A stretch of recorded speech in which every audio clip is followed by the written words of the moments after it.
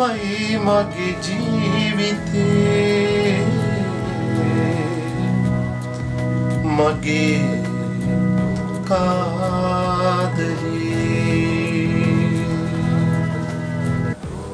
කාදලී ගීතය ඇත්තටම නිර්මාණය වුණේ මම නිර්මාණය කරපු අනිත් ගීත වන දමිත් අසංක ගායනා කරන මට හීනයක් වෙලා ගීතයත් උමාරා ගායනා කරන වස්සානට අතවන්න ගීතයත් බාතිය සන්තෝස් ගායනා කරන හිතවාවන්නෙම නෑ ගීතයත් කාදලී ගීතයත් මේ ගීත හතරම මම නිර්මාණය කරේ එකම කාලයක් තුලදී. ඇත්තටම ඒ ගීත හතරම සංගීත ස්ටයිල්ස් හතරක්.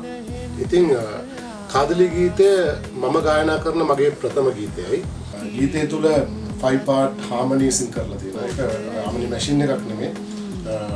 part පහම සිං කරලා තියෙනවා. ඒ වගේම තාල ගොඩක් වෙලාවට කටින් වාදනය කරලා තියෙනවා. එකම කෝඩ් එකක් වාදනය වෙමින් මුළු ගීතේ පුරාටම එකම කෝඩ් බේස් නෝට් එක ඒ කෝඩ්ස් ඔක්කොම එකම කෝඩ් එක තමයි මුළු ගීතේ පුරාම වාදනය වෙන්නේ. නමුත් මෙලඩිය කෝඩ්ස් එක්කලා ඒ නෝට්ස් එක ටච් වෙනකොට ඒක දැනෙන්නේ නැහැ ගීතේ කෝඩ්ස් නැහැ කියලා. ඉතින් කාදලී ගීතේ එවැනි ගීතයක් ඇත්තටම මේ සංගීත නිර්මාණයකින් ලොකු පෙරලියක් ඒ ගීතය තුල කරලා තියෙනවා. ඉතින් ඒ ගීතය දැන් අපි වීඩියෝ එකකින් ඉදිරියේදී ඔයගලන්ට එළිදක් කරනවා.